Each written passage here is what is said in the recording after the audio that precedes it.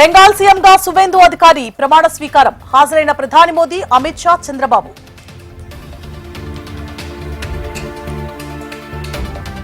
సువేందు ప్రమాణ స్వీకారోత్సవ వేళ ఆసక్తికర పరిణామం.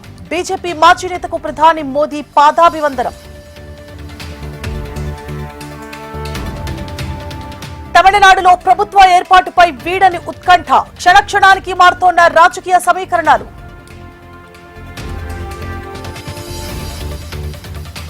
రేపు తెలంగాణకు ప్రధాని మోదీ 9,400 కోట్లతో అభివృద్ధి పనుల ప్రారంభోత్సవాలు.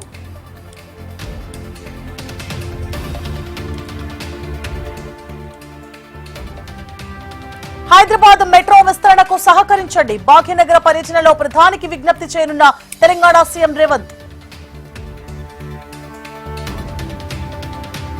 తుమ్మిడిహట్టిపై ఒక్కొక్కరు ఒక్కో మాట చెబుతున్నారు. బ్యారేజ్ కట్టి ఏ ప్రాంతానికి నీరు ఇస్తారని హరీష్ రావు ప్రశ్నలు. మరోసారి శాంతి చర్చలకు సిద్ధమవుతోన్న ఇరాన్, అమెరికా. వచ్చే వారం ఇస్లామాబాద్ లో సమావేశమయ్యే ఛాన్స్. వడోదరను వణికిస్తోన్న ముసళ్ల సంచారం. పశువుల కాపరిని లాక్కెళ్లడంతో ప్రజల్లో భయాందోళన. వేసవిలో ఖాళీగా దర్శనమిస్తోన్న సినిమా హాళ్లు. పెద్ద హీరోల సినిమాలు లేకపోవడంతో బాక్సాఫీస్ వెలవెల.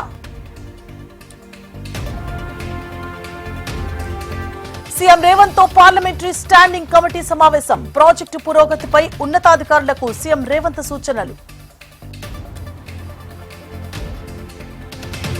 కేంద్ర మంత్రి బండి సంజయ్ కొడుకుపై హనీ ట్రాప్ ఆరోపణలు. తననే 2 కోట్లు డిమాండ్ చేసినట్లుగా కరీంనగర్ లో బండి భగీరథ్ ఫిర్యాదు. కరీంనగర్ లో tension. Gangula house arrest. BJP దాడికి నిరసనగా కరీంనగర్ బంద్ కు బీఆర్ఎస్ పిలుపు. ఎంఐఎం కార్పొరేటర్ ఇంట్లో నుంచి టీసీఎస్ సూత్రధారి అరెస్ట్. ఓవైసీని కూడా పోలీసులు అదుపులోకి తీసుకోవాలన్న రాజాసింగ్. మంచిర్యాల నడి రోడ్డుపై రైతుల ఆందోళన. కొనుగోలు కేంద్రాల్లో అధికారులు ఇబ్బందులు పెడుతున్నారని ఆగ్రహం. కరీంనగర్, సిద్దిపేట, పెద్దపల్లిలో దొంగతనం కోసం రెక్కి. పీఎంజే జ్యువెలరీ కేసులో వెలుగులోకి విస్తుపోయే విషయాలు. ఐపీఎస్ అధికారి భార్య హత్య కేసులో విచారణ స్పీడప్. తెలంగాణ ఎక్స్ప్రెస్ ఎక్కి నిందితులు పారిపోయినట్లు గుర్తింపు.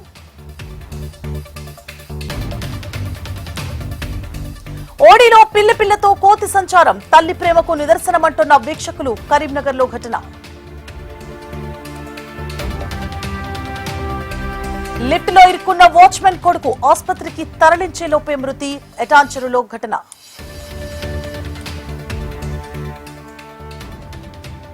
కొనుగోలు కేంద్రాల్లో రైతు సమస్యలను ఎందుకు పట్టించుకోవడం లేదు? ధాన్యం తరుగులో ప్రభుత్వ తీరు సరికాదన్న ఎమ్మెల్యే వేముల ప్రశాంత్. గుంతలో పడ్డ కారు, భార్యాభర్తకు గాయాలు. అతి కష్టంతో దంపతులను బయటకు తీసుకొచ్చిన రైల్వే సిబ్బంది.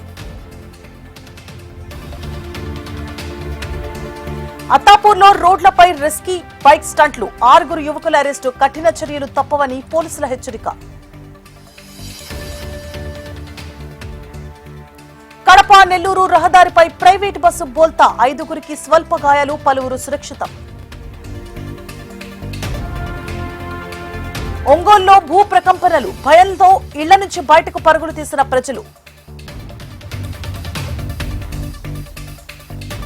పాకిస్తాన్ కు చేసిన సహాయాన్ని ఒప్పుకున్న చైనా. భారత్ తో యుద్ధ సమయంలో హెల్ప్ చేశామన్న డ్రాగన్ కంట్రీ. రష్యా, ఉక్రెయిన్ యుద్ధాల్లో 3 రోజుల పాటు కాల్పుల విరమణ ఒప్పందాన్ని ట్రూత్ లో స్వయంగా ప్రకటించిన ట్రంప్.